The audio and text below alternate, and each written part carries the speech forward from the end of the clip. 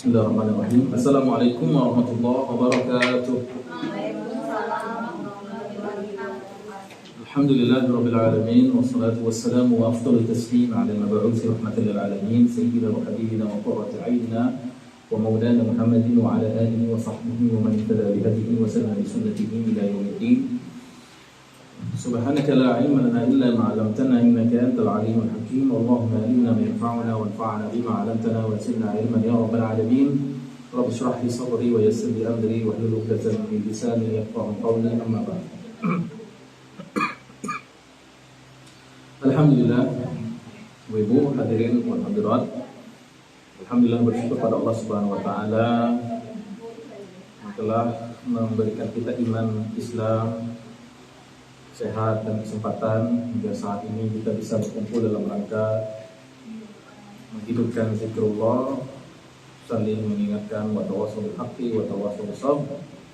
Semoga majelis kita ini dan rumah Quran adalah majelis dan rumah Quran yang berkah. Amin ya rabbal alamin. Selawat pada Nabi Muhammad sallallahu alaihi wasallam. Kemudian kita terima kasih juga pada Bu Vera, panitia dan segala yang membantu sehingga berjalannya pengajian kita ini dengan baik. Sudah berapa lama pengajian ini? Setahun. Baru setahun kurang dikit ya. Insyaallah kita akan melanjutkan pembahasan mengenai saum Ramadan atau puasa Ramadan. Rangkaian dari penjelasan hadis Nabi SAW tentang bangunan Islam. Bismillahirrahmanirrahim. Qala Nabi sallallahu alaihi wasallam, "Buniyal Islamu ala khams." Islam dibangun atas 5 pilar. Yang pertama, syahadat alla ilaha illallah, dua kalimat syahadat wa syahadat anna Muhammadar Rasulullah, dua kalimat syahadat. Yang kedua, iqamis shalah, penegakan salat. 3, itta'iz zakat. Yang keempat, shaumu Ramadan. Dalam lafaz hajjal baiti, hajjil bait, kemudian baru shaum Ramadan. Teman pembahasannya kita dahulukan puasa Ramadan. Insyaallah dalam waktu tidak lama lagi, sekitar 2 pekan lagi kita akan berpuasa di bulan Ramadan, dan karena itu pas pula materi kita tentang puasa. Jadi kita ulang sedikit Ibu yang kemarin-kemarin agar lebih mantap. Buka surat Al-Baqarah ayat 183 sampai 187. Sudah Bu ya?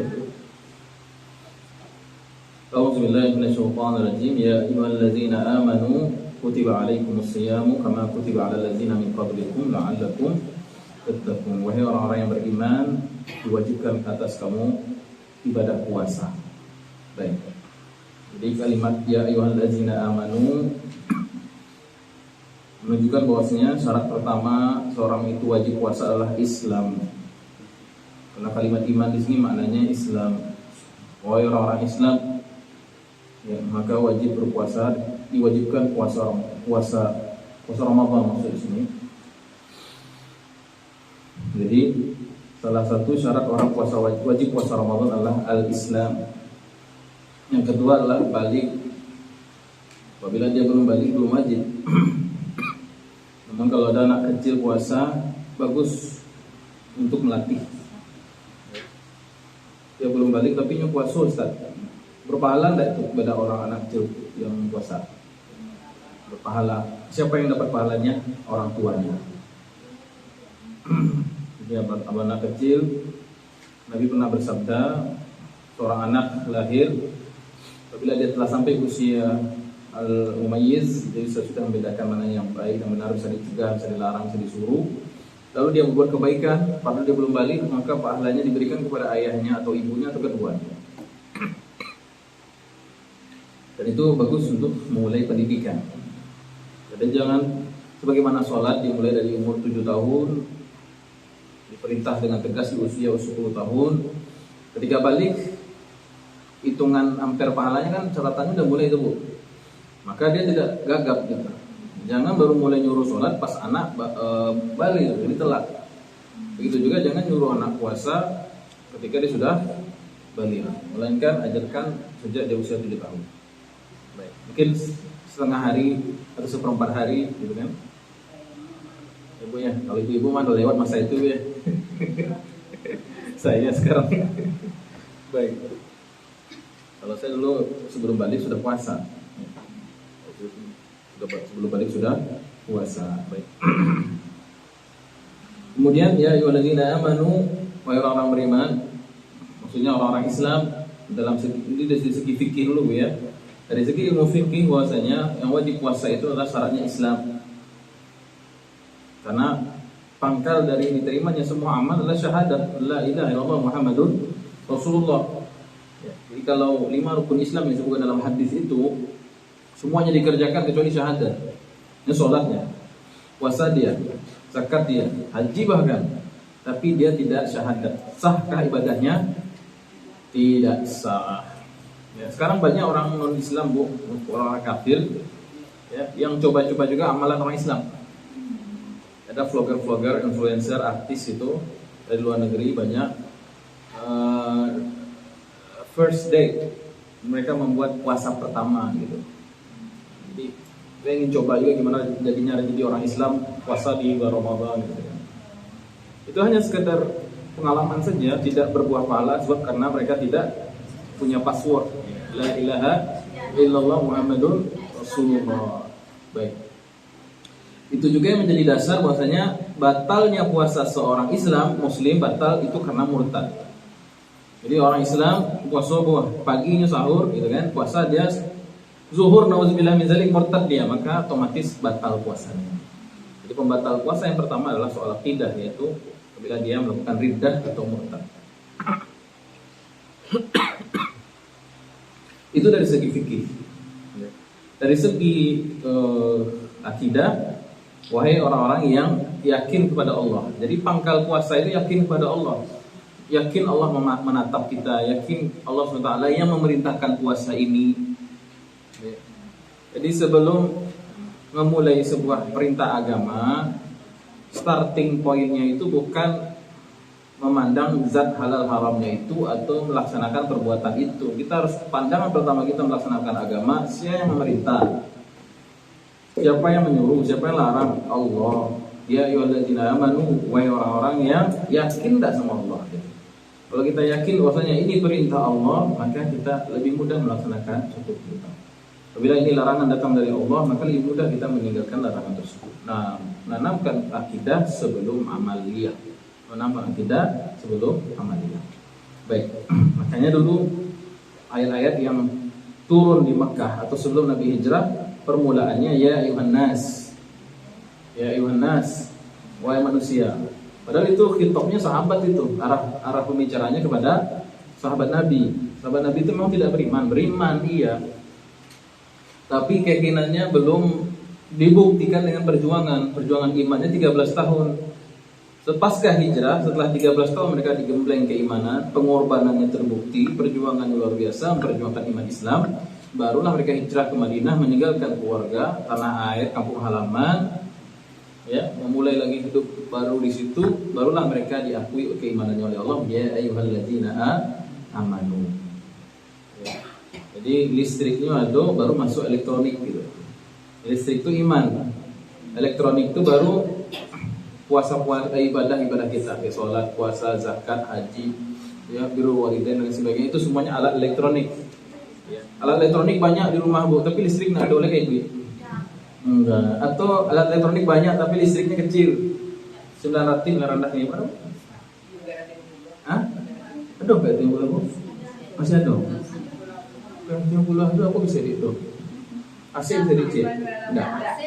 Oh, enggak. Oh, ganti-gantian bu ya. Itu gadang juga kenanya kalau Lukas sama TV. Ya, lampu sih banyak bu ya. Lampu TVJ. Ya.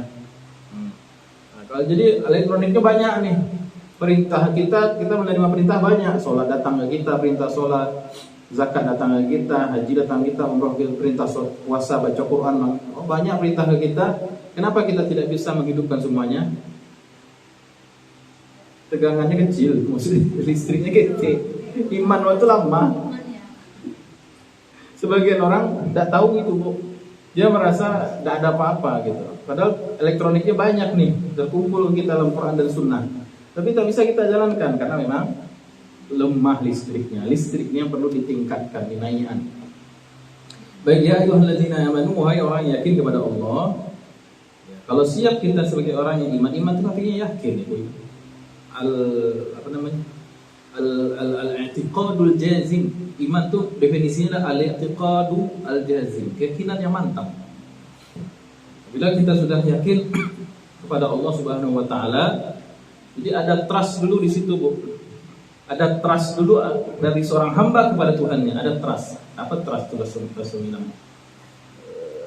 Kepercayaan, ada keyakinan dulu. Ya. Jadi misalnya anak, kenapa seorang pasien bisa mengikuti kata dokter? Karena dibangun oleh trust. Nah, mungkinlah dokter ini meracuni saya, jahat pada saya. Oh, ini dokter dalam kenal juga, gitu kan? Ini dokter reputasinya bagus, dia dulu lulusan UI, kedokteran KUI, gitu kan? Kemudian gelarnya sudah sekian-sekian SP, K, sekian banyak lah, ABCD, PCZ gitu. Dengan situ kita terbangun keyakinan, trust dari rasa percaya itu. Maka ketika dokter bilang, Bu, nanti kurang-kurangi ya gulanya, Bu, ini jebol di stop dulu, Bu, ini rajin olahraga ya. Mau nggak Ibu melaksanakan? Mau. Kenapa? Beda kalau Ibu konsultasi sama orang gilo di jalan. Pak, kamu sakit kok Pak Ade. Makanya orang yang bertanya ke orang gilo nomor itu di luar dulu nalar ya. Lebih gilo pada orang gilo itu. Ya. Di mana dasar keyakinan dia bisa percaya itu? Tidak ada. Nah, jadi ya ayyuhalladzina amanu, yang dibangun dulu trust dulu kepada Allah. Bagaimana membangun trust kepada Allah? Lihat, Allah telah menciptakan ibu jari kita, menciptakan jari kita, memberikan kita rezeki, mengatur kita sehari-hari, memberikan kita nikmat. Jadikan kita insan yang seimbang, yang mulia, yang diberi kesehatan, gitu kan? Dengan mata yang mampu melihat, pendengaran. Diajarkan kita dengan lembut keislaman, diutusnya kita lagi memberikan Quran. Banyak sekali kalau dihitung nikmat Allah SWT. Air yang kita teguh, air semuanya, udara yang kita hirup. Semua pemberian itu dan tanda-tanda kekuasaan Allah menjadikan kita trust kepada Allah, yakin kepada Allah ketika ya ayyuhalladzina amanu, ketika diseru siap. Baru makanya Ibnu Mas'ud mengatakan, jika dikatakan dalam Al-Qur'an ya ayyuhalladzina amanu, maka pasang telinga. Pasang telinga, fokus, karena yang datang setelah ya ayyuhalladzina amanu hanya dua kemungkinan. Yang datang setelah ya ayyuhalladzina amanu hanya dua, yang datang setelah itu dua kemungkinan. Yang pertama, perintah yang Allah suruh untuk kebaikan, dan larangan yang Allah larang untuk menghindarkan kita dari bahaya. Baik, tuan. Ya ayyuhalladzina amanu la ta'kulur riba adha'afan mudha'afan. Wahai orang beriman, jangan makan riba. Berarti keburukan yang Allah larang untuk kita terhindar dari keburukan itu. Nah, itu. Kalau ini ya ayyuhalladzina amanu kutiba alaikumusiyam, berarti ada perintah kebaikan yang akan Allah berikan hikmahnya kepada kita. Baik. Saya mau lanjut penjelasan sebenarnya, tapi nggak apa-apa, mereview aja Bu ya. Kutiba, diwajibkan atas kamu berpuasa. Jadi dari sini kita tahu hukum puasa itu, puasa yang dimaksud di sini puasa wajib. Karena kalimat kutiba maknanya furidah, difardukan, diwajibkan. Yang diwajibkan di sini puasa wajib. Nah, dulu namanya puasa wajib aja. Puasa wajib aja. Bukan puasa Ramadan. Jadi diwajibkan atas kamu puasa yang sifatnya fardu, wajib. Baik. Kapan itu? Nah, ayyaman ma'dudat, yaitu hanya beberapa hari. Yaitu 3 hari setiap bulan. Ayyamul bid itu dulu wajib hukumnya. Dan itu tahapan pertama kewajiban berpuasa. Ini belum saya jelaskan di sini. Tahapan pertama wajib puasa itu adalah puasa ayyamul bid, puasa 3 hari setiap bulan. Sebagaimana sholat pertama yang wajib itu adalah sholat malam, belum sholat 5 waktu lagi. 10 tahun kemudian baru Nabi Isra Mi'raj baru wajib sholat 5 waktu. Sebelumnya sholat apa yang wajib bagi kaum muslimin? Sholat malam. Ada yang mengatakan sholat duha dan sholat maghrib. Ada dua pendapat. Yang jelas bukan sholat 5 waktu. Memang itu nanti 10 tahun lagi. Maksudnya 10 tahun setelah kenabian. Itu 2 tahun sebelum hijrah. 3 tahun sebelum hijrah ya. Jadi begitu juga dengan puasa. Yang diwajibkan pertama itu adalah puasa 3 hari setiap bulan. Itu yang dimaksud dengan ayyaman ma'dudat. Baik, itu yang disebut dengan puasa wajib. Itu yang dimaksud dengan kalimat kutiba alaikum as-shiyam. Nah, kewajiban puasa ini ada 3 tahapan ya. Kewajiban puasa ada 3 tahapan. Biar jelas saya tulis bukan tulis.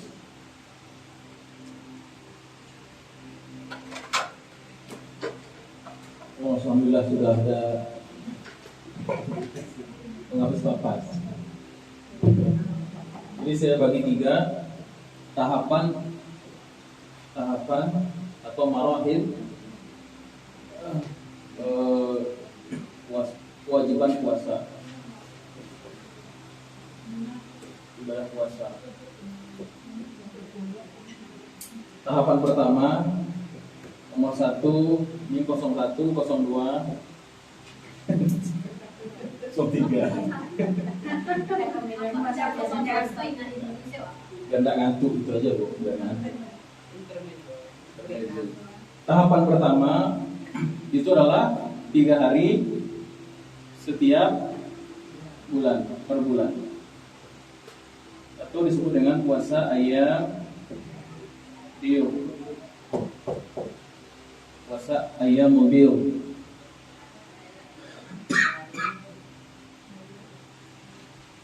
Jadi maksud dengan firman Allah kutiba alaikumus shiyam itu ayyaman ma'dudat.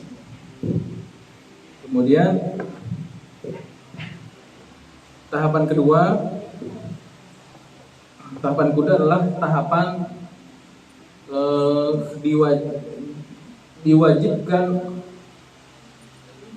diberikan pilihan boleh berpuasa atau membayar fidyah. Tahapan kedua puasa Ramadan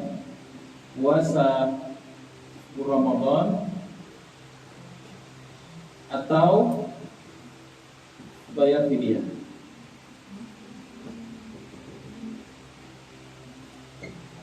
Puasa Ramadan ini sehat Ibu ya, sehat. Walaupun dia sehat, dia nggak mau puasa, dia boleh bayar fidyah. Walaupun dia tidak musafir, walaupun dia tidak sakit, maka ini dia boleh hanya membayar fidyah. Tapi jangan berhenti di sini Bu, nanti salah paham pula Ibu. Ustaz tadi mengajarkan tidak apa-apa kita tidak puasa, kan bayar fidyah aja. Sesat nanti. Ini tahapan kewajiban, tahapan diwajibkannya puasa. Ini tahapan kedua. Sebagaimana firman Allah, wa antasumu khairun lakum in kuntum ta'lamun. Dan berpuasa itu lebih baik dibandingkan jika kamu membayar fidyah, jika kamu ketahui itu maksudnya.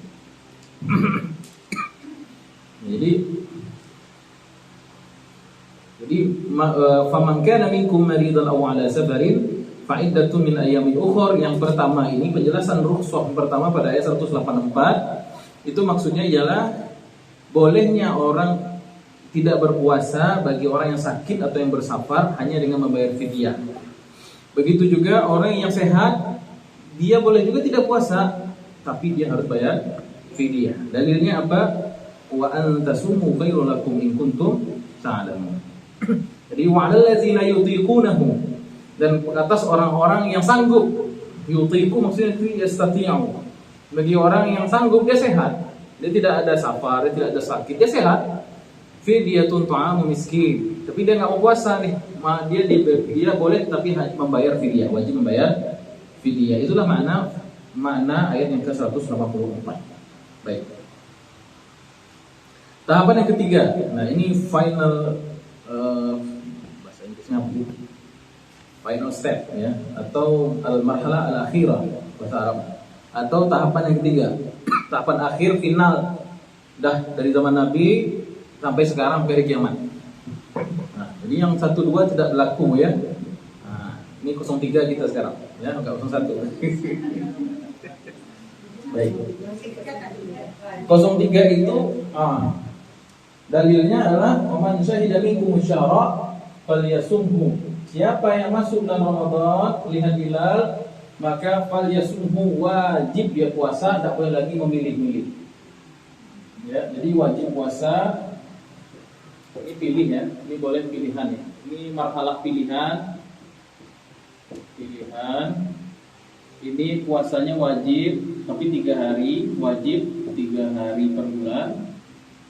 Ini wajibnya sudah Ramadan, full tanpa ada pilihan. Wajib full. Cuman ada keringanan bagi yang sakit dan safar ya, musafir.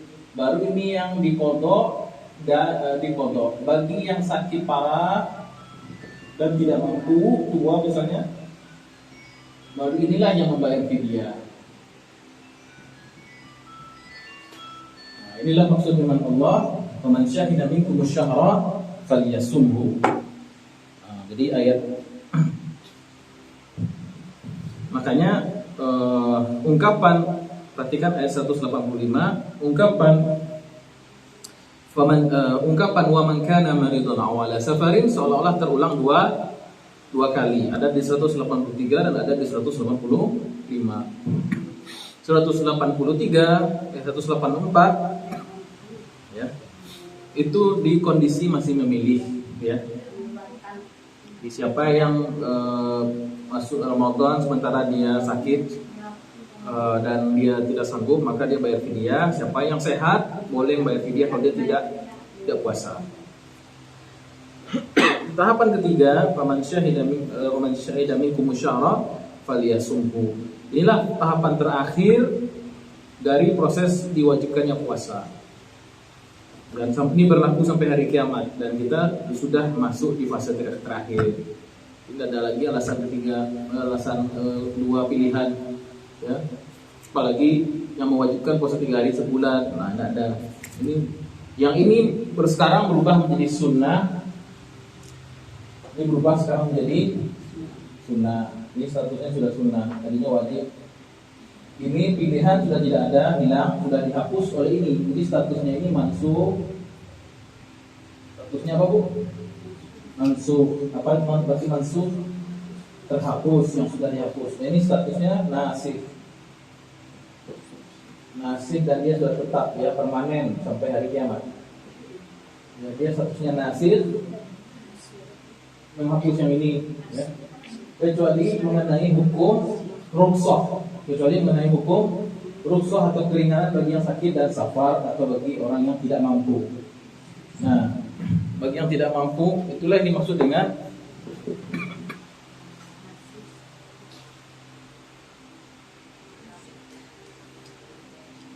wallazina yutiqunahu fidyatun ta'am miskin, yaitu rukhsahnya di situ.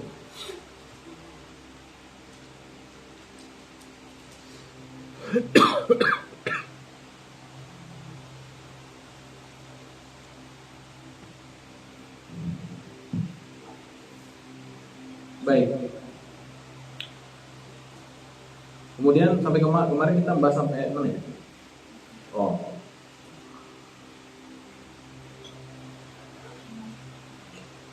Faman tatawwa'a khairan fahuwa khairun lah. Dan siapa yang bertatawwu, sukarela, artinya dia melebihkan fidyahnya dari kadar biasa, maka itu kembali kebaikan kepada dia sendiri.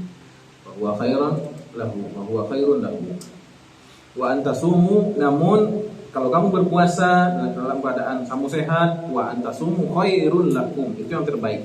Jadi pada fase kedua, bisa ulang lagi Bu ya, biar jelas ya, biar clear. Bisa ulang lagi, kameranya tolong diarahkan. Enggak silau sebenarnya. Ya.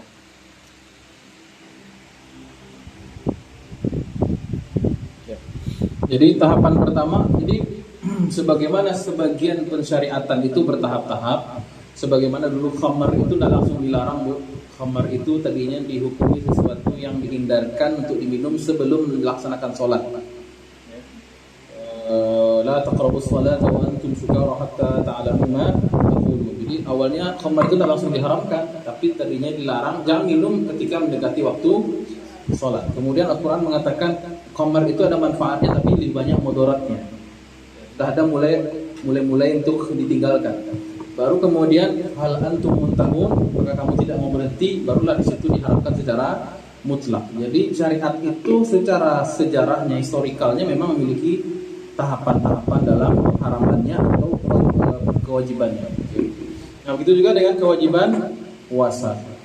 Puasa itu memiliki 3 tahapan. Tahapan yang pertama adalah kutiba alaikumusiyam kama kutiba alal ladzina min qablikum, yaitu ayyaman ma'dudat. Yang diwajibkan puasa pertama kali dalam Islam itu adalah puasa 3 hari setiap 3 bulan atau puasa ayyamul bid. Kemudian pindah ke 01, tahapan yang kedua. Tahapan yang kedua yaitu tahapan pilihan. Tahapan pilihan ini maksudnya apa? Maksudnya adalah setelah diberikan pilihan, silahkan Anda berpuasa Ramadan sebulan penuh, ya. Kemudian bagi yang sakit, bagi yang safar, bagi yang sakit dan safar, dia boleh membayar fidyah.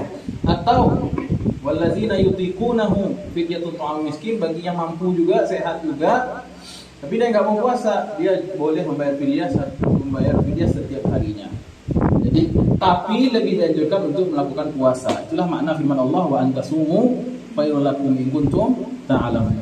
Tapi puasa itu lebih baik jika kamu mengetahui. Jadi ini puasanya Ramadannya masih tahap anjuran. Tapi jangan berhenti di sini ya, nanti sesat nanti. Tanya pula ustaznya siapa? Ustaz Azan. Oh iya, kita sesat dia. Kemudian tahapan yang ketiga, tahapan terakhir, yaitu tahapan terakhir yang berlaku sampai hari kiamat. Firman Allah Subhanahu wa taala di ayat 187 ya, ayat 185 ya. 185 ya. Faman syahida minkumus syahra falyasumhu.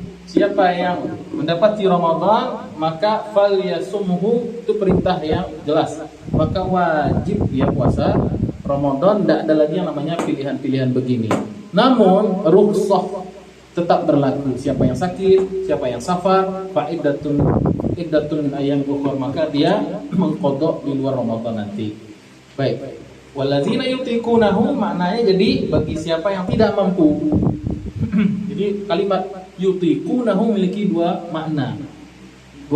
Dia termasuk kata kerja yang memiliki makna ganda. Makna ganda yang kedua adalah bagi yang tidak mampu bayar fidyah. Baik, berarti ini sudah dihapus ya Bu ya, tidak bisa diamalkan lagi. Statusnya mansukh itu artinya yang terhapus. Mansukh. Ya, ini statusnya nasikh atau sudah sabit tetap ya. Nasikh. Ini menghapus hukum ini. Baik. Jadi kalau ditanya apa dasar puasa Ramadan itu, sebenarnya bukan kutiba alaikumusiyam.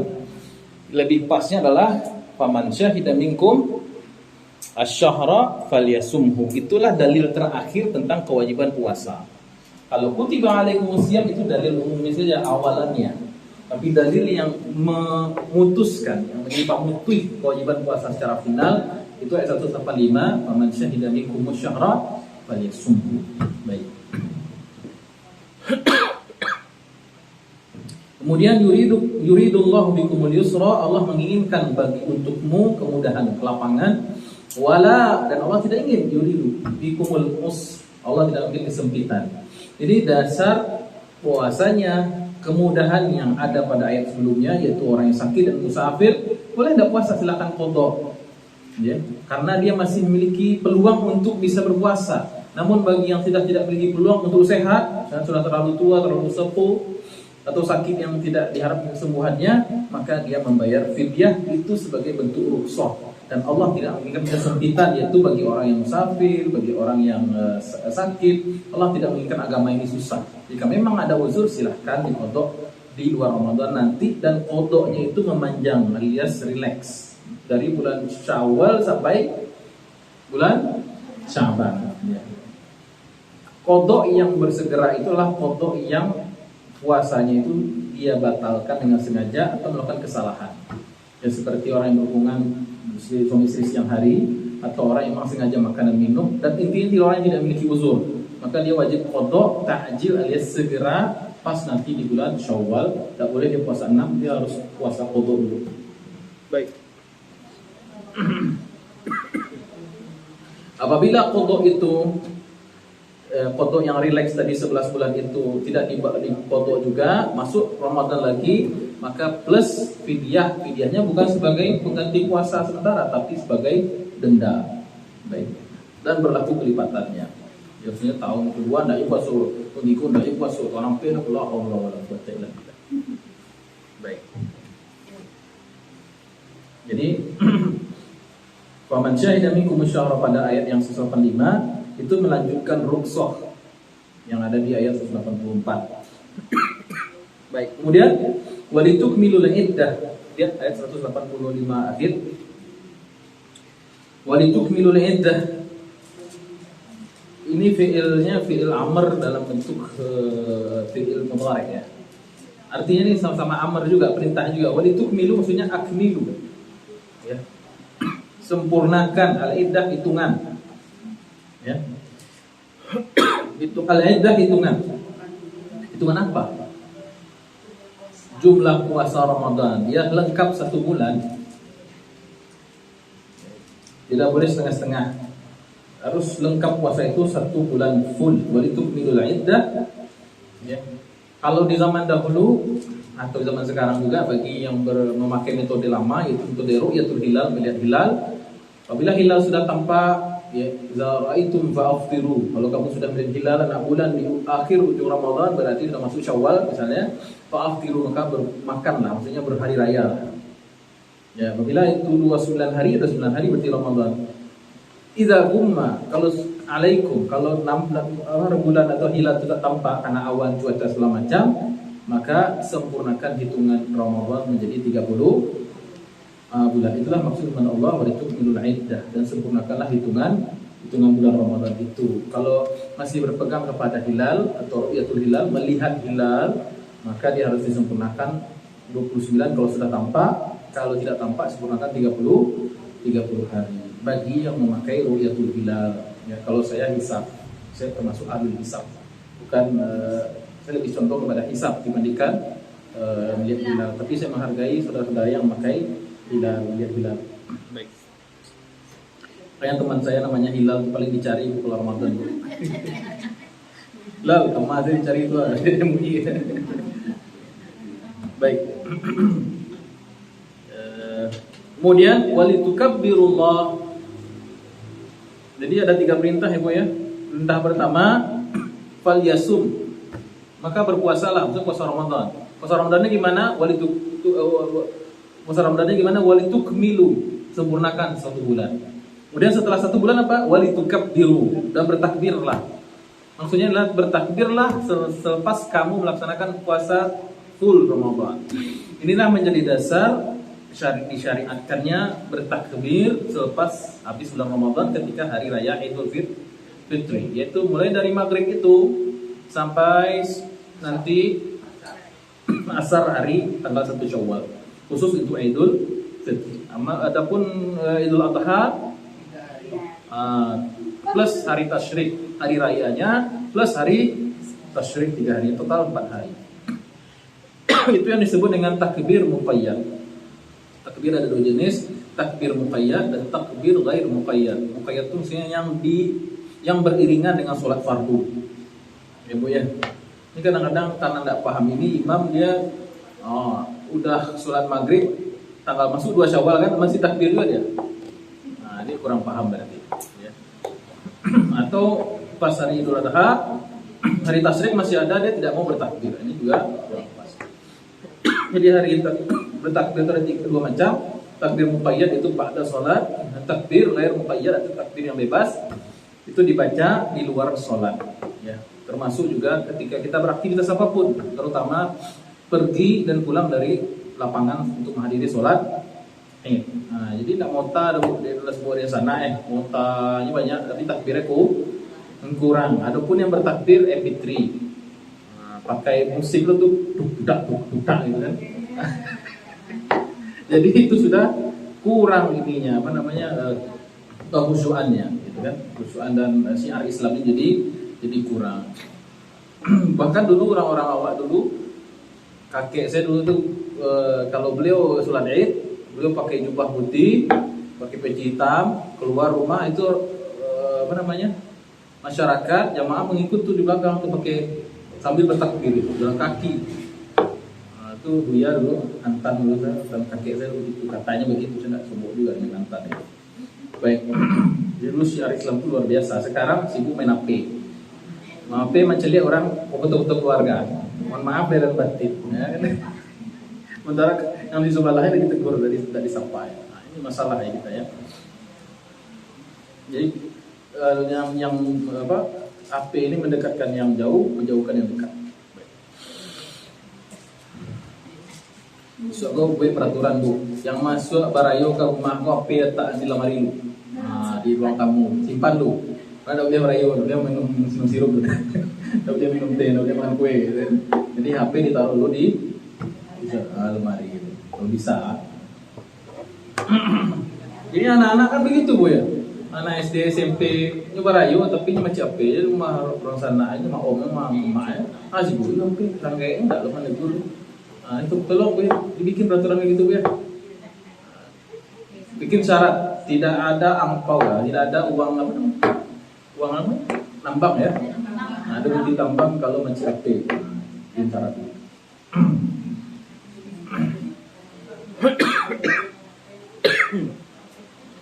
Walitukabbirullaha, dan agar kamu bertakbir. Bertakbir ini, bertakbir di sini bukan takbir sholat itu. Yang punya takbir muqayyad dan muqayyad tadi itu mengucapkan Allahu Akbar. Tolong bagi ibu-ibu yang punya suami, yang suami ibu ini biasanya dikasih mic waktu orang isya pertama, waktu orang bertakbir di lapangan di masjid, tolong dipelajari dulu, difasihkan betul ucapan takbirnya itu. Ibu ya, ibu-ibu yang punya suami, yang biasanya yang ada orang ini semangat kali pegang mic ini dan terlalu pede dengan bacaannya itu. Aduh, ya banyak kesalahannya itu pas baca lafaz Allah. Pernah kita bahas ini ya. Lafaz Allahnya salah, akbarnya gimana, walillahil hamdnya salah, walillahil hamd. Ya, dia bacanya walillahil hamd. Hamdnya duka, galau, masalah, dan Allah itu bergalau gitu ya. Walillahil hamd. Sebenarnya walillahil hamd. Harus tasdik, harus ada tasdik apa namanya? Harus ada qalqalah tuh. Walillahil hamd. Nah, sedang qalqalah di situ, wajib qalqalah di situ. Walillahil hamd juga. Wa illallah, la ilaha illallah. Ada baca? La ilaha illallah. Tidak ada ilah Tuhan menuju Allah. Apa? Ilah bukan ilah. Ya.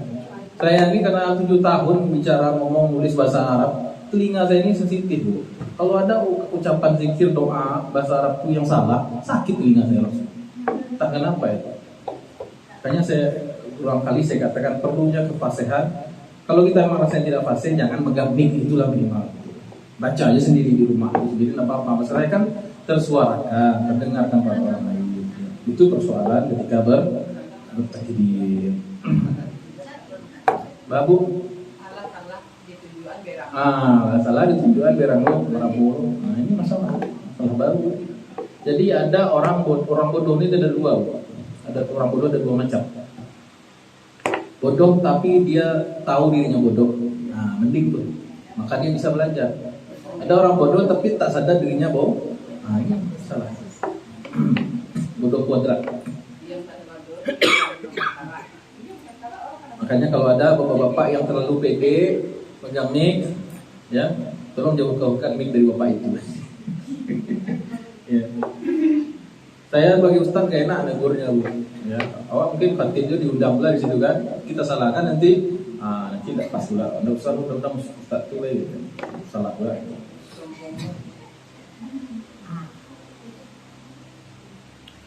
Dengan Walitukabbirullaha ala ma hadakum, atas petunjuk yang Allah berikan kepadamu. Ala ma hadakum, ala ma hadakum ini apa? Ke atas apa yang Allah berikan petunjuk kepadamu. Apa itu? Lihat ke atas semua. Kita tadi diberi hidayah sebagai umat Islam. Kalau sudah berpuasa Ramadan full, berarti itu hidayahnya bukan hidayah umum lagi, Bu. Hidayahnya sudah hidayah tafsir, hidayah mufassalah namanya. Hidayah itu ada dua macam. Hidayah ammah, yang kedua hidayah mufassalah. Hidayah ammah itu contohnya adalah hidayah yang Allah kasih semua makhluk. Diutusnya Nabi dan Rasul, diutusnya diberikannya Quran, ya, diberikannya akal, otak. Ini hidayah umum. Tapi ada namanya hidayah khassah atau hidayah mufassalah, yaitu rincian ilmu mengenai rincian syariat dan kemampuan kita mengamalkannya.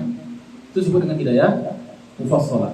Itu yang kita minta ke dalam surat-surat kita. Ihdinas siratal mustaqim. Berikanlah kami hidayah petunjuk jalan yang lurus. Maksudnya bukan hidayah ammah lagi. Kita dah masuk Islam. Kalau sekedar syahadat itu hidayah ammah. Ya, kita sudah bersyahadat itu hidayah umum. Tapi kita membutuhkan hidayah khusus. Hidayah khusus itu yang menjadikan kita bisa minum dengan tangan kanan. Hidayah khusus itu bisa menjadikan kita bisa mengaji. Hidayah khusus itu bisa menjadikan kita hadir di sini. Hidayah khususnya, Bu. Lain semua orang Islam ngaji model buku begini kok.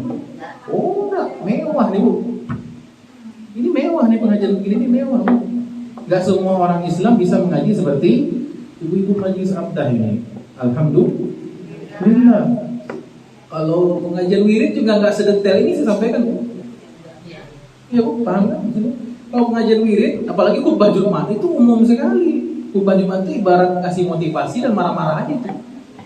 Kalau saya pribadi khutbah Jumat itu untuk kasih motivasi dan marah-marah. Karena yang hadir Jumat itu awam, kebanyakan awam. Saatnya kita menegur, gitu kan. Banyak yang sholat Jumat itu sholat Jumat aja, sholat waktu tidak ada. Maka saatnya kita ngasih motivasi atau marah-marah di khutbah Jumat itu. Nah, kalau yang agak rinci lagi, pengajian wirid.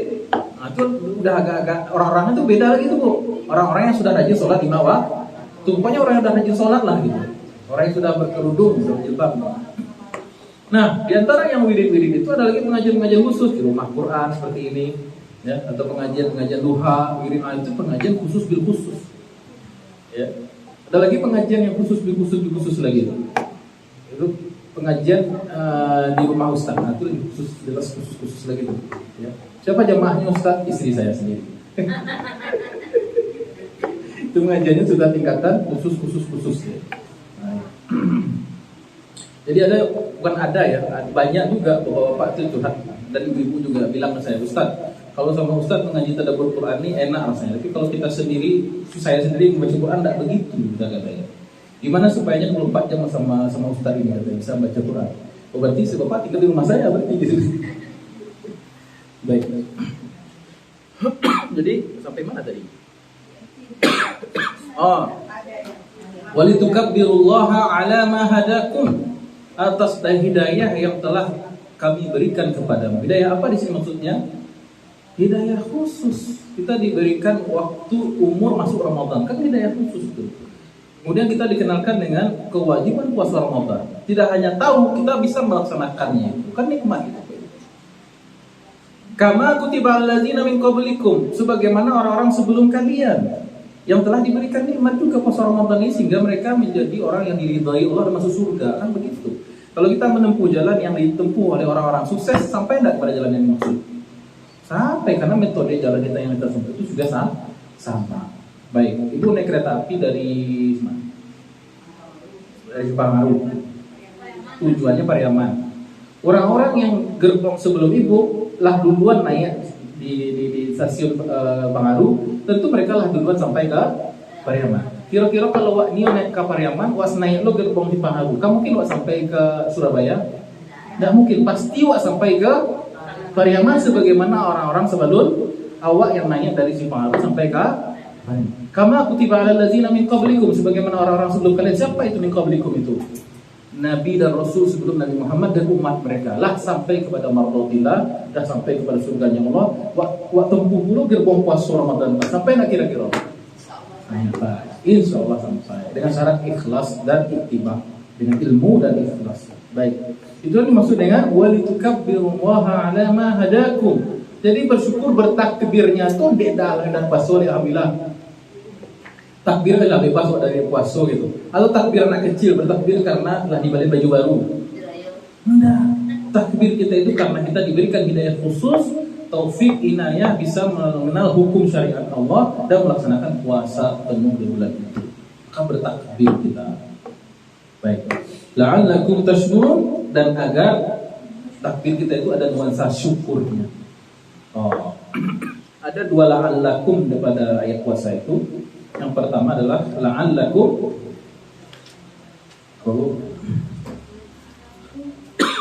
Ada dua la'allakum di ujung ayat 183 185. Oh, la'allakum tattaqun dan la'allakum tashkurun. Pakai shin gitu ya.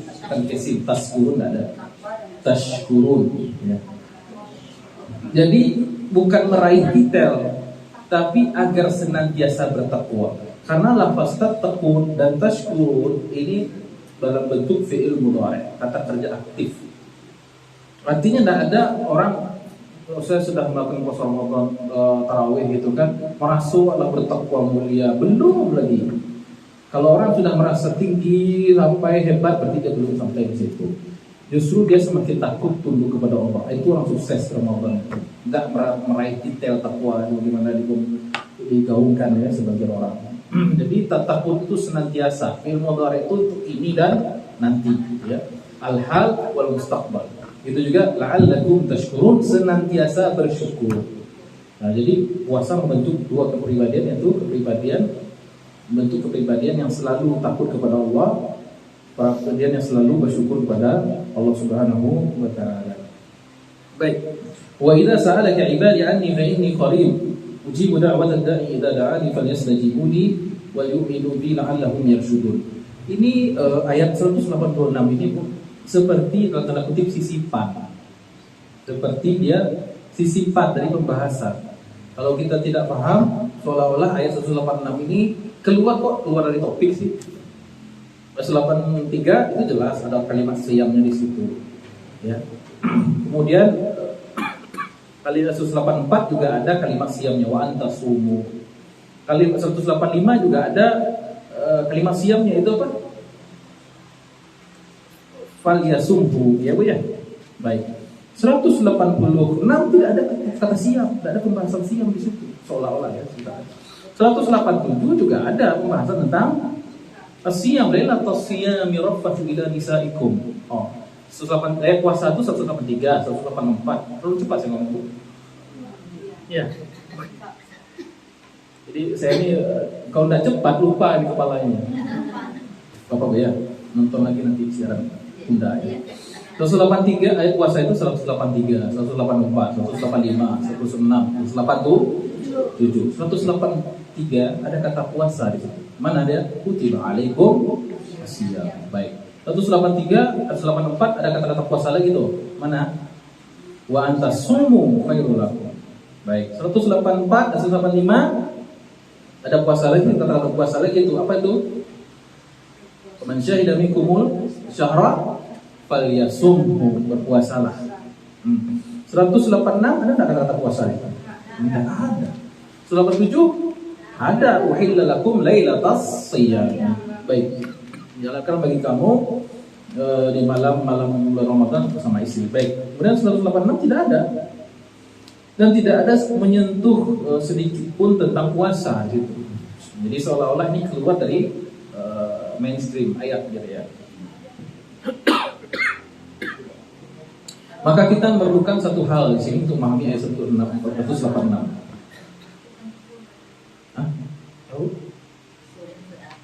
Al-Baqarah 183, 108D orang sampai ke pasar ikut di Peranji. Sampai berarti kok. Oh, ya apa? Pembegaran jam biar lagi. Baik. Baik, 186 ini kita perlu satu hal untuk memahaminya, itu munasabah. Apa itu munasabah? Keselarasan ayat. Ya, keselarasan ayat. Apa munasabah keselarasan ayat 186 yang seolah ini jika hambaku bertanya kepada engkau wahai Muhammad tentang diriku, katakanlah aku ini dekat. Aku mengabulkan doa orang yang meminta, maka penuhilah seruanku dan yakinlah kepadaku, mudah-mudahan engkau mudah-mudahan mereka memperoleh petunjuk, ya, petunjuk, harus kebenaran. Baik. Munasabahnya apa? Ada yang bisa bantu jawab? Orang yang berpuasa doanya mustajabah, itu maksudnya. Allah nggak bilang secara tekstual berpuasa kamu nanti kamu dikabulkan doanya, tidak begitu. Halus penyampaian Allah itu. Idza sa'alaka ibadi anni. Allah itu dakik benar semua orang puasa. Bahkan ketika orang berpuasa itu dekat sekali dengan Allah. Dekat dalam makna spiritual itu ya, bukan dalam makna zat. Kenapa orang yang puasa itu dekat sekali dengan Allah? Karena dia bisa berpuasa karena yakin kepada Allah yang Maha melihat. Ini terapi yang sangat cocok buat koruptor. Iya. Orang-orang yang merasa dirinya itu bebas dari pengawasan Allah lah mungkin. Maka puasanya benar apa enggak dipertanyakan itu. Orang-orang yang bisa zalim itu dengan angka miliaran triliunan itu kok bisa ya? Dia pikir Allah itu tidur kali ya. Ya. La ta'khudhuhu. Ya, Tuhannya dia simpan di masjid. Masuk masjid dia bertuhan dia. Ya. Keluar dari masjid, masuk kantor dia, Tuhan lagi di masjid. Gampang kita bisa tipu-tipu. Padahal la ta'khudhuhu sinatun. Allah itu bahkan tidak tersentuh namanya rasa kantuk dan tidur. Allah tidak tidur. Jadi puasa orang yang koruptor itu adalah puasa yang paling tidak diterima rasanya. Kenapa? Karena dia menganggap Allah itu tidak dekat dengan dia, jauh dari Tuhan dari dia. Jadi wa idza sa'alaka 'ibadi anni fa inni qaribun. Memang ini ada asbabun nuzul ya. Ayat ini ada asbabun nuzul. Seorang Arab Badui kalau tidak salah, seorang bertanya pada Rasulullah SAW, ya Muhammad, ya Rasulullah, apakah Tuhan yang kita sembah ini jauh atau dekat? Kalau dia jauh, saya naikkan suara saya berdoa, saya teriak biar kedengeran. Kalau di zaman ini tentu pakai toa, ya kan? Ya, pakai mic gitu kan, pakai sound system. Kalau dia dekat, maka saya tidak perlu teriak-teriak. Maka Nabi diam turunlah Allah. Wa idza sa'alaka 'ibadi. Kalau hamba-Ku bertanya kepada engkau wahai Muhammad tentang diriku, anni maksud tentang diriku, fa inni, jawablah, fa inni qaribun. Jadi dia tanyakan Tuhan itu jauh dekat. Kata Allah, fa inni qaribun. Sesungguhnya aku ini dekat.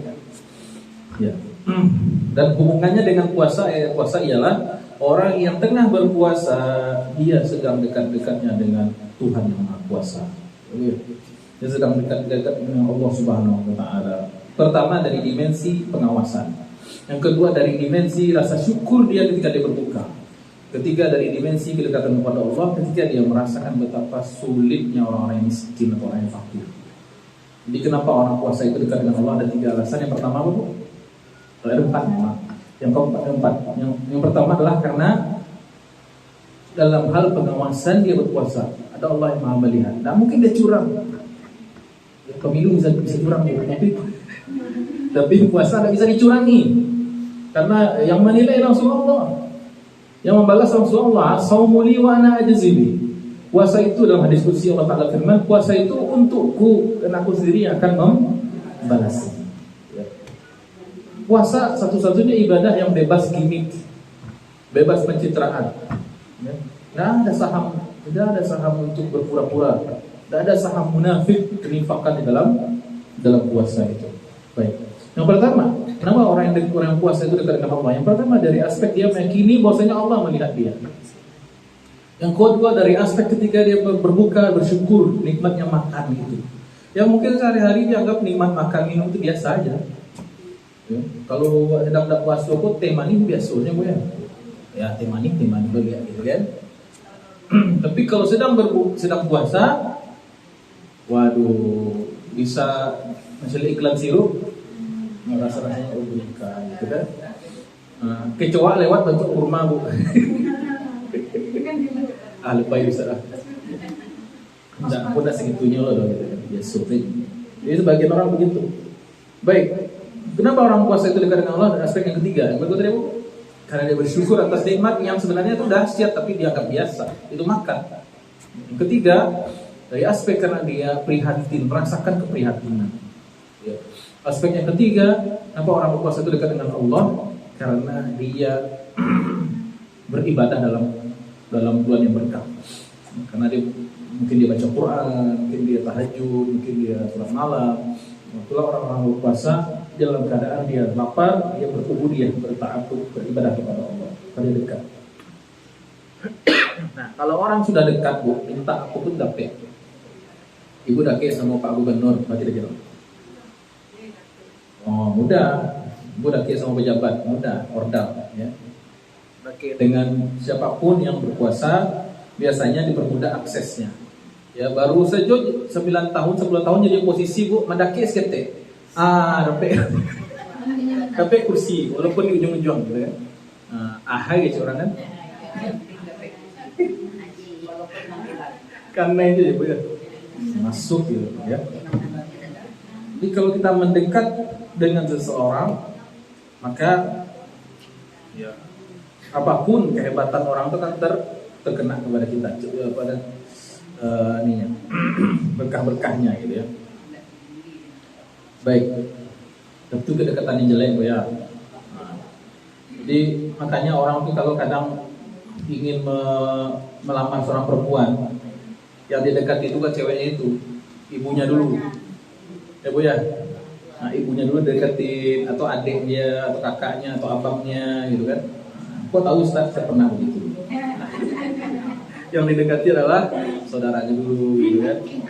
Jadi dekati dulu yang dekat-dekat. Nanti kalau sudah dekat, arahnya ke situ gitu kan. Jadi wajar lihat agawa kasiko, tapi karena kasiko dulu. Jadi uji budak watan. Jadi faedah dari kedekatan kepada Allah apa Bu? Istijabatul doa, dikabulkannya doa.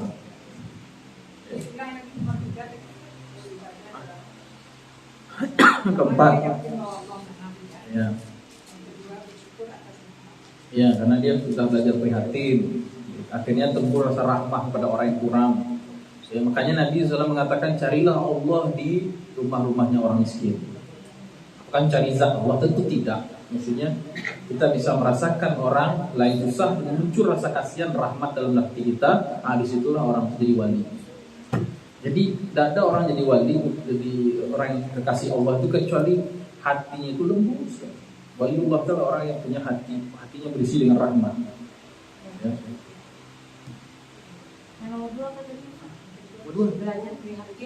Nomor dua tadi karena dia bersyukur. Ketika kita bersyukur, kita menghargai nikmat orang yang memberi, itu Allah Subhanahu Wa Taala. Maka di situ. Jadi ada orang yang jadi wali jalur sabar, ada jadi wali jalur bersyukur. Ya, Nabi Sulaiman itu mulia jalur syukur itu. Nabi Sulaiman itu mulia karena jalur syukur. Kerajaannya luar biasa, kaya raya. Jadi jangan remehkan orang kaya juga. Jangan-jangan dia wali karena dia jadi wali kekasih Allah dari jalur syukur. Allah kan pengennya begitu ya. Ya Allah jadikan saya wali jadi jalur syukur aja lah, jangan jalur sabar ya. Dan kita nggak boleh juga minta ya Allah jadikanlah saya orang yang sabar, nanti dikasih musibah nanti. Gak sanggup kita untuk jadi bersabar. Sedangkan Nabi Ayub itu mulia karena jadi jalur sabar. Nah masalahnya prasyawa ibu ya. Masalahnya banyak orang yang sukses jadi wali dari jalur sabar, banyak yang gagal jatuh di jalur syukur. Dan dia jabatan 1 periode, pengen 2 periode, lama. Selesai 2 periode, usahawanya 3 periode kan. Anda bisa dinasti lagi, terlena lagi. Padahal Allah sedang menguji dia jadi jadi wali Allah dari jalur syukur. Qarun juga begitu, Firaun begitu, ditinggikan derajatnya sampai sudah. Kemudian uji da'wat ad-da'i, dan aku menjawab dakwah itu artinya adalah doa. Ad-da'i itu orang yang menyeru, orang yang berdoa. Ayat ini menjadi dasar atau dalil dianjurkannya banyak doa dan ketika berpuasa. Jadi berdoa ketika berpuasa ini bukan maknanya kita berpuasa saja. Ada 3 tempat. Yang pertama ketika sahur. Yang kedua ketika kita di siang hari berpuasa itu. Yang ketiga ketika berbuka. Jadi jangan tinggalkan 3 tempat ini berdoa di bulan Ramadan. Yaitu ketika sahur, yang kedua ketika siang hari, lepas sholat fardu terutama, yang ketiga ketika berbuka. Jadi menu sahur yang pertama adalah istighfar. Doa yang paling bagus istighfar. Wabil ashari hum yastaghfirun, dan orang-orang yang beriman itu apabila mereka berada di waktu sahur mereka beristighfar. Doa yang paling afdal itu istighfar. Doa yang pertama ketika sahur. Jadi menu sahur yang pertama yang wajib apa Bu? Dan nasi Bu. Nasi itu nomor 2. Nomor 1 adalah istighfar. Astaghfirullahalazim. Terserah berapa banyaknya, paling bagus sayyidul istighfar. Allahumma anta rabbi la ilaha illa anta khalaqtani. Baik, kemudian ketika siang hari, dan yang ketiga ketika berbuka puasa. Jangan karena menunya enak dan kita lapar gitu kan, makan tuh. Bismillah tidak tak karena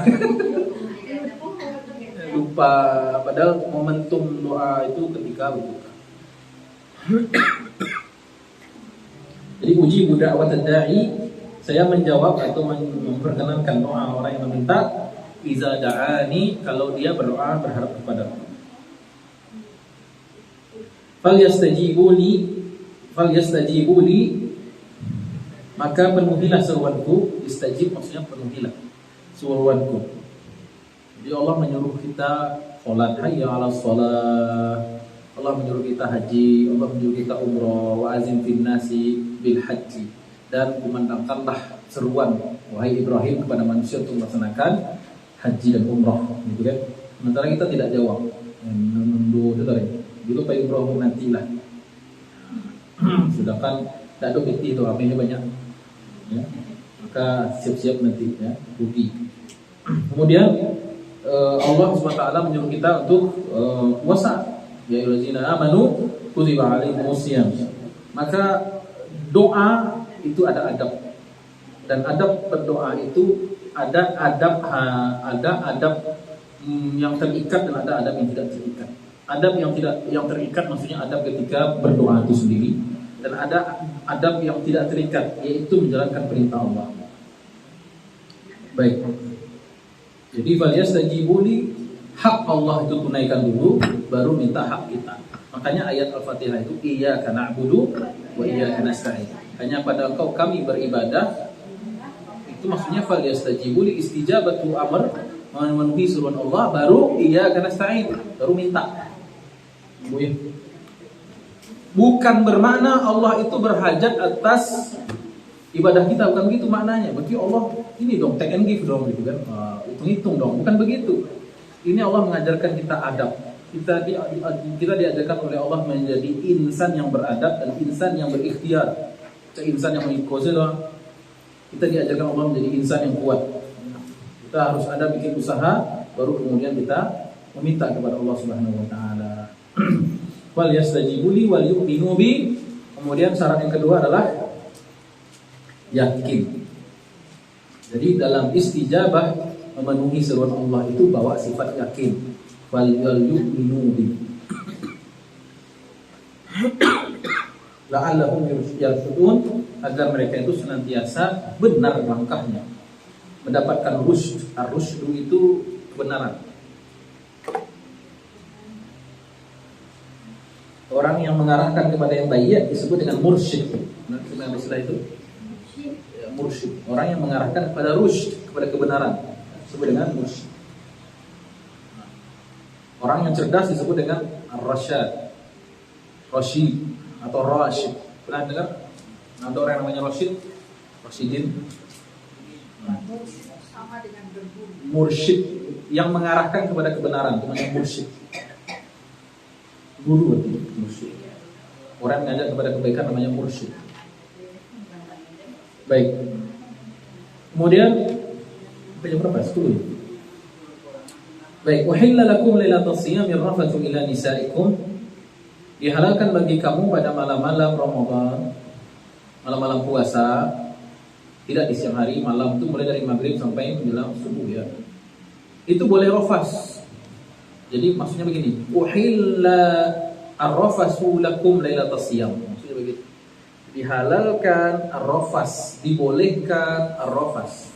Saya belum menerjemahkan sengaja. Dihalalkan ar-rafas. Apa itu rafas? Sengaja saya belum menerjemahkan biar paham. Dihalalkan rafas itu bagi kamu orang-orang yang berpuasa di malam hari, yaitu maghrib dan sampai subuh. Di antara jam itu boleh rafas. Apa itu rafas? Ar-rafas ini maknanya banyak dijelaskan oleh para ulama, di antaranya al-istimta'u bil mar'ah. Lalu istimta'u bil zauj, bersenang-senang dengan pasangan. Nah, maksud paham Ibu ya. Ar-rafas itu segala sesuatu yang mengarahkan kepada situ, mulai dari ciuman, mulai dari pelukan, semuanya lah. Sah dari ciri-ciri ada orang kayak mulai dari ucapan kata-kata mesra dan lain sebagainya yang mengarah pada birahi. Itu namanya rafas. Ya. Baik yang muqaddimat atau yang muakhir. Baik yang permulaan, pemanasan sampai penutupannya gitu ya. Jadi itu disebut dengan rafas. Jadi kalau suami istri saja rafas itu hanya boleh di malam hari, tidak boleh mutlak di siang hari. Ini menurut pendapat sebagian ulama. Sehingga sebagian ulama mengatakan bahkan mencium istri atau suami tidak boleh di siang hari. Sebagian. Kenapa? Karena saddu zara'i, mencegah daripada yang haram. Apalagi yang pacaran, ini konteksnya bukan pacaran lagi ya Bu ya. Jadi kalau ibu punya anak gadis, anak bujang, pacarannya bulan puasa, api puasa nilai puasa itu. Jadi puasa ini bulan putus pacaran. Langsung saja nanti menikah di Syawal Bu ya. Jadi jangan biarkan anak kita kehilangan puasa Ramadannya gara-gara pacaran. Ada anak ibu pacaran Bu? Ada Bu? Ada Bu yang ado salah. Nah, tegur nanti jangan pacaran. Nah, kalau kamu pacaran pasti di situ chat video call. Nanti agak hah? Kalau namanya pacaran ya kalau offline maupun online namanya rafas, baik yang menjadi permulaan dari sesuatu yang berbau birahi, maka itu hukumnya tidak boleh di sepanjang Ramadan siang hari. Suami istri itu tidak boleh di siang hari, apalagi yang pacaran Bu. Maka yang pacaran itu pencuri amal ibadah puasa yang paling besar di bulan Ramadan bagi anak muda. Baik itu sifatnya chatting kah, apakah video call namanya apa kayak namanya ya. Nah, ada itu. Laki-laki normal kalau ketemu dengan perempuan, chatting dengan perempuan pasti dia punya darahnya langsung bergejolak. Kecuali laki-laki enggak normal barulah. Baik. Saya kan pernah muda juga, udah masih muda. Baik. Jadi ar-rafas adalah sesuatu yang berhubungan dengan perbuatan yang berhubungan dengan birahi atau nafsu. Ya. Untuk suami istri saja hanya boleh di malam hari. Kalau siang hari tidak boleh, bahkan sebagai ulama mengatakan walaupun itu ciuman. Maksudnya bercium atau mencium bukan ciuman ya. Karena dasarnya dari hadis Nabi SAW, Ibunda Aisyah mengatakan kana Nabi SAW yuqabbilni wa huwa sha'im wa yubashiruni wa huwa sha'im wa yubashiru wa huwa sha'im. Nabi itu kata Ibunda Aisyah radhiyallahu anha menciumku, memelukku padahal beliau sedang puasa, walakinahu amlakakum liirbihi. Namun Nabi itu menguasai dirinya. Kalimat walakinahu, tetapi dia menguasai dirinya, ini ulama mengatakan yang selain Nabi tidak boleh sama sekali. Ini pendapat sebagian ulama. Sebagian pendapat mengatakan makruh, sebagian pendapat boleh. Intinya bagaimana Ustaz? Banyak makruh, haram, boleh. Intinya tergantung kepada kondisi situasi masing-masing. Kalau rasa-rasanya bisa mengarah kepada situ, maka sebaiknya tidak ditinggalkan. Tapi kalau ada yang mencium karena sayang, bukan mencium karena yang lain-lain, ya itu masih dikatakan boleh, aman. Baik. Dulu jamaah bertanya, beda cium sayang sama cium birahi Ustaz. Sampai waktunya untuk tahu. Kalau cium anak gitu kan, cium anak itu birahi itu sayang Bu. Pasti sayang. Ciumnya di mana? Di kepala, di kening, gitu, di pipi gitu kan. Nah, itu cium sayang tuh. Jadi kalau mencium istri karena sayang boleh. Tapi kalau mencium istri untuk yang lain itu tidak boleh di siang hari bulan Ramadan. Baru dihalalkan ketika malam Ramadan. Nah, surat ini atau ayat ini 187 punya asbab nuzul, sebab turun. Sebab turunnya ada 2 riwayat kalau tidak salah. Umar, satu lagi siapa saya lupa.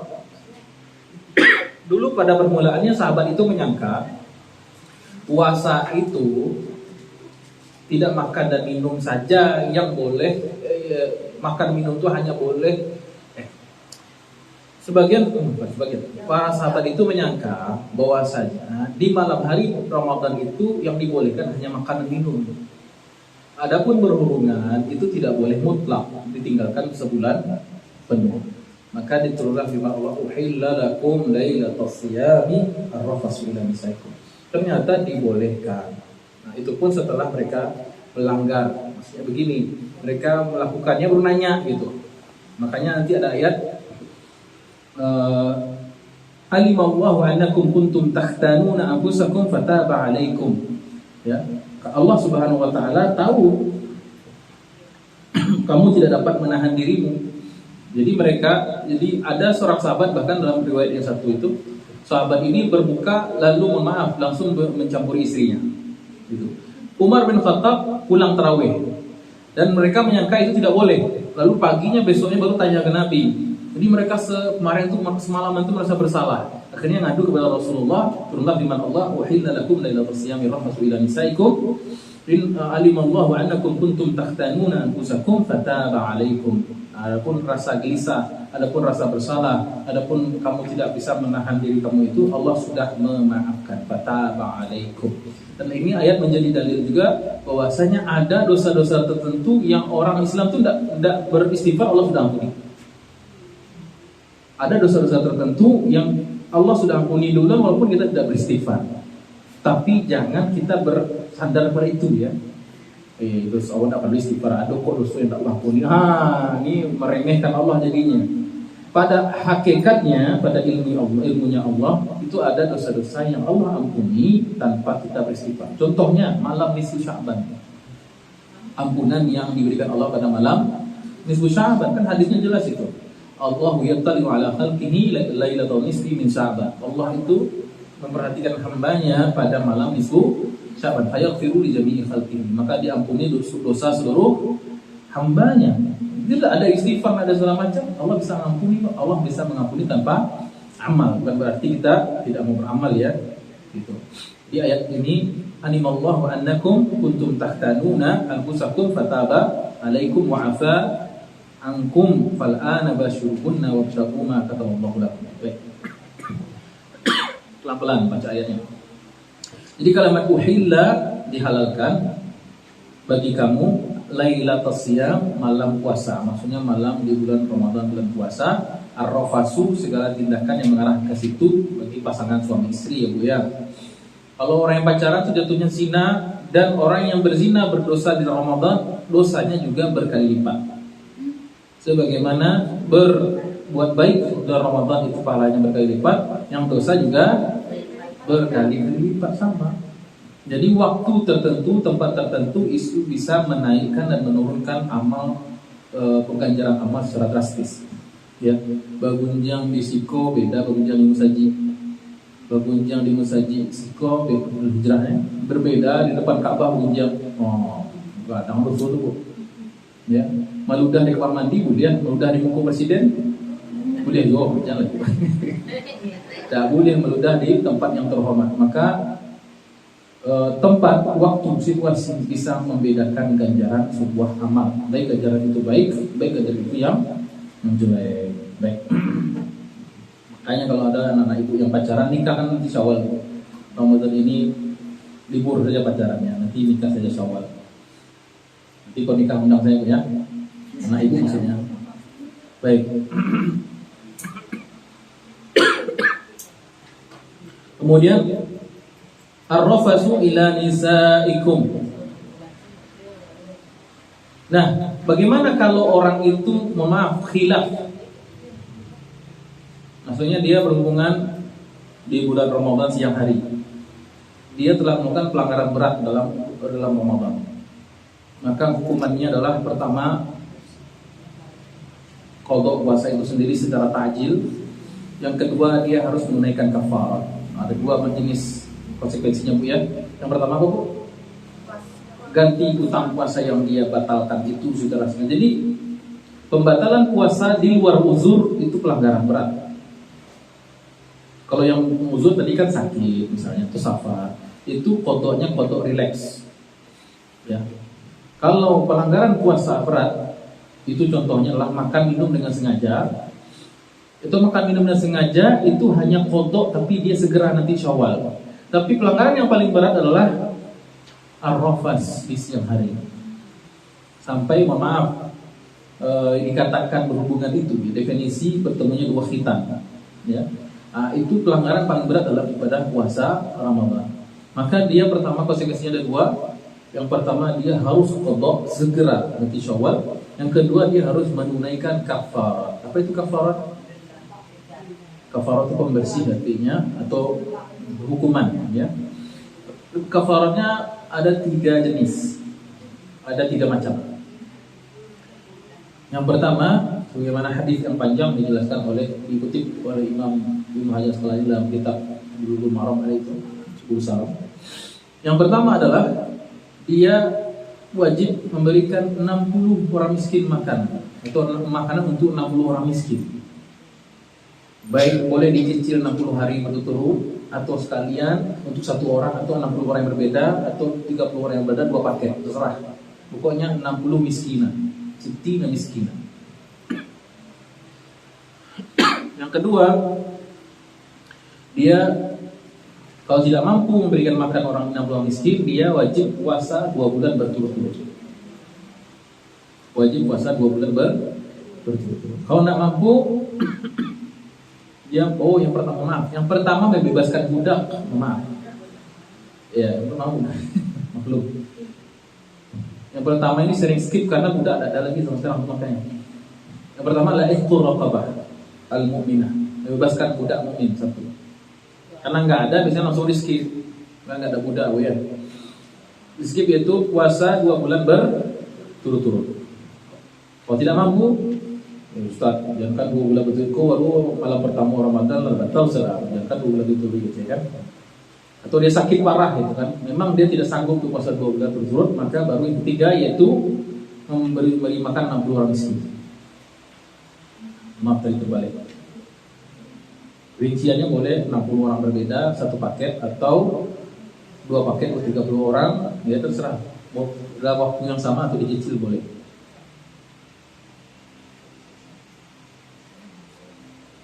Syaratnya pokoknya miskin aja. Baik. Kalau tidak salah bas-bas itu sudah mulai itu menyediakan yang begitu, paket kafarat, itu paket fidyah itu ada. Itu kita masuk ke situsnya Basnas atau pokoknya Badan Amil Zakat itulah di situ sudah ada paket-paket pembayaran kafarat, penyaluran kafarat, penyaluran fidyah itu sudah mudah buat teman sekarang. Nominalnya berapa, gitu. Tidak mikir kita cari makan apa, itu sudah ada paket-paketannya. Nominalnya jelas. Pokoknya kalau yang resmi itu enak sekarang, tinggal keluar sedikit. Dan ini Ustaz kami nak nyu kafar, ya udah berarti jangan rofas di siang hari, dah itu aja gampang ya. Makanya jangan menikah di akhir bulan Sya'ban gitu. Pengantin baru di akhir bulan Sya'ban. Baik. Bagi saya selalu lucu, begitu pun ada lucu ada. Baik, bagaimana tadi?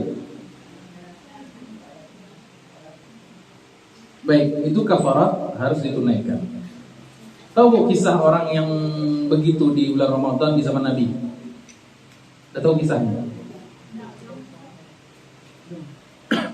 Ada seorang datang kepada Rasulullah mengatakan, ya Rasulullah, saya telah berbuat dosa besar. Saya telah membinasakan diriku, katanya. Apa itu? Saya melakukan rofas pada istriku di siang hari. Maka Nabi mengatakan di situ tinggal 3 kafarat. Kamu punya budak gak? Bebaskan budak. Saya tidak punya ya Rasulullah. Ini ringkasnya aja ya. Yang kedua, kamu bisa gak puasa 2 bulan berturut? Saya tidak sanggup ya Rasulullah. Kemudian kamu bisa gak beri makan orang miskin 60 orang? Ya Rasulullah, saya orang miskin. Gak bisa ngasih makan orang 60 orang. 60 orang lagi saya sendiri orang yang miskin. Kemudian Nabi didatangkan kepada Nabi itu satu wadah besar kurma. Kan tahu itu saya. Yang tahu cerita depan. Ada sama. Ya. Diberikan satu nampan besar, ada yang mengatakan 15 sok. Satu sok itu sampai mud, satu mud itu dua genggaman begini. Nah, ini kafarat satu fidyah. Maka didatangkan 15 sok, itu banyak itu ya. Tamar. Ya, tamar 15 sok. Berarti 15 kali yang pek berapa? 60 genggam. Lumayan lah ya. Apa kata Nabi? Ya udah kamu terima ini, kamu bagikan ke orang miskin di komplek kamu, di RT kamu. Kemudian apa kata orang itu? Ya Rasulullah, saya ini orang paling miskin di RT saya. Lalu Nabi ketawa sampai kelihatan gigi taringnya. Nabi jarang kelihatan nampak gigi bu. Kemudian kata Nabi, ya udah kamu makan buat keluargamu. Jadi Islam itu luar biasa ya. Tidak semua pelanggaran harus dihukum pelanggarnya. Dilihat dulu, ini melanggar karena apa? Ya, yang terbayang kalau hukum Islam tuh potong tangan mencuri. Ya dulu mencurinya apa? Kalau orang mencuri karena dia butuh makan, lapar, maka justru dia dikasih uang nanti, nggak dipenjara, nggak dihukum, justru dia dikasih nafkah dari Baitul Mal. Itu Islam. Ya. Kalau koruptor itu bukan potong tangan lagi, potong leher. Yang potong tangan itu motifnya jelas, naik ke pengadilan, kemudian ada saksi, kemudian nominalnya lebih dari 1/4 dinar. Nominalnya lebih dari 1/4 dinar harta curian tersebut. Itu sekitar di atas 1 juta lah. 1 juta baru dipotong tangan kalau memenuhi syarat tadi itu. Kalau tidak, mungkin aja hukuman teguran dan lain sebagainya. Atau bahkan dikasih uang malah dari Baitul Mal. Jadi pelanggaran terberat puasa itu adalah, mohon maaf, keluarnya air mani bagi laki-laki, ya, atau berhubungan badan, dan kedua-duanya kena kafarat, baik laki-laki, suami maupun istri, kedua-duanya bu ya. Kemudian kalimat fal'ana basyiruhunna, dan saat ini basyiruhunna. Oh, belum lagi ya. Tadi ar-rafasu ila nisaikum, dan dihalalkan pada malam hari di bulan Ramadan ar-rafas. Jadi mesra-mesra itu nanti setelah maghrib. Baik. Kunna libasul lakum, mereka para istri itu adalah pakaian bagi kamu, wa antum libasun lahunna, dan kamu adalah pakaian bagi mereka para istri itu. Ada yang paham maksud ayat ini? Jadi Allah memisalkan suami istri itu seperti pakaian. Perempuan itu, istri-istri kamu itu pakaian bagi kamu laki-laki, dan kamu laki-laki pakaian bagi istri-istri perempuan itu. Apa maksudnya? Ini kinayah ya. Kata yang ada makna yang tersirat, jangan dianggap pakaian, bagaimana pakaian gitu kan. Pakaian ini kata ulama ada 3 fungsi. Yang pertama adalah menutup aurat. Ya bu ya. Jadi fungsi istri itu adalah menutup kekurangan suami. Fungsi suami adalah menutup kekurangan istri. Makanya seorang suami, seorang istri yang soleha itu adalah istri yang bisa menjadikan di mata orang suaminya itu bagus saja. Ya. Hanya dia yang tahu dapur suaminya. Orang di luar melihat Buya Hamka hebat kan? Kata istri beliau yang lebih hebat lagi. Siapa namanya? Siti Raham ya. Nah, jadi apapun kekurangan suami itu harus dihandle, ditutup serapat-rapatnya oleh istri. Nggak boleh istriku muliknya. Yang kedua, orang tahu suami aku berwibawa, hebat ya kan? Istrilah yang harus pandai merapat.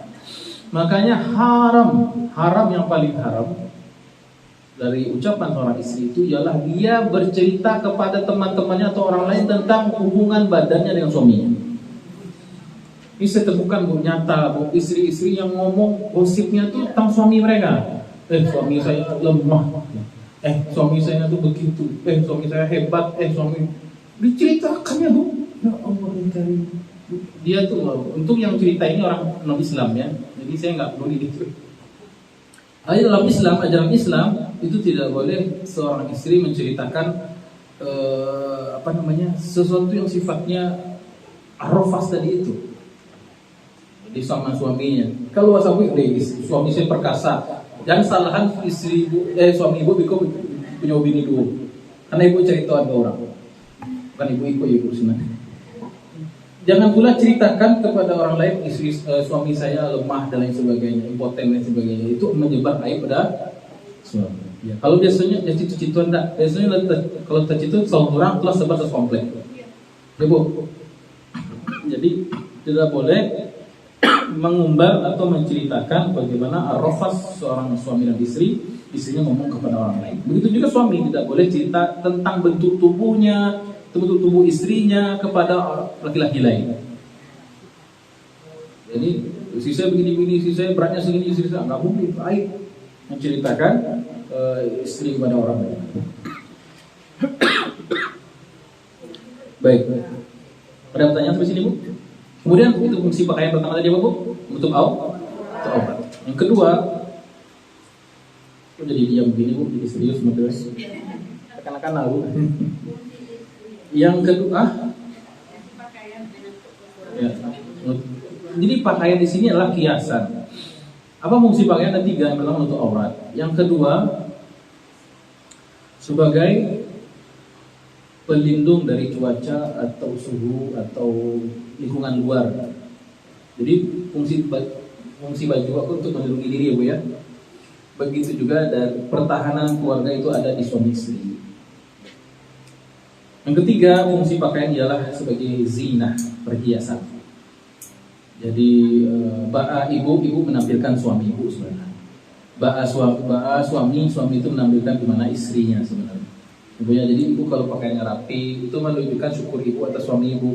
Kadang-kadang ada dulu orang yang pakaiannya compang-camping gitu kan, kayaknya ibu pakai. Itu sama aja menghina suaminya itu. Jadi suaminya tak pandai melihara dia gitu kan. Baik. Itu juga kisah Nabi Ibrahim yang terkenal sama Ismail apa Bu? Gimana kabar rumah tangga kalian? Nabi Ibrahim kan kunjung ke rumah anaknya Ismail. Keluar istri Nabi Ismail, waduh susah rumah tangga saya, makan nggak, wah meluhis ya kan? Maka kata Nabi Ibrahim, ganti pasak. Jadi pesan kepada suamimu, ganti pasak pintu muka lala goyang ya. Maksudnya ceraikan istri. Nah, itu istri yang ember tuh ya.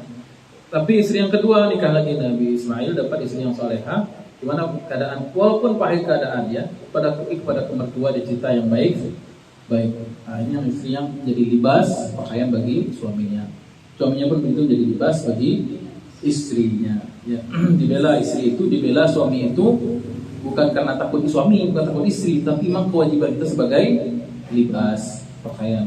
Baik. Karena Ustaz sudah datang. Sedikit nggak apa-apa. Kita cukupkan dulu pengajian di sini Bu ya. Tolong ingatkan saya, kita berhenti pada ayat kunna libasun lakum wa antum libasun lahum. Wallahu a'lam bishawab. Subhanakallahumma wa bihamdika dengan hamdalah alhamdulillahirabbil alamin. Subhanakallahumma rabbana bihamdika wa nastaghfiruka wa atubu ilaik. Maaf. Assalamualaikum warahmatullahi wabarakatuh.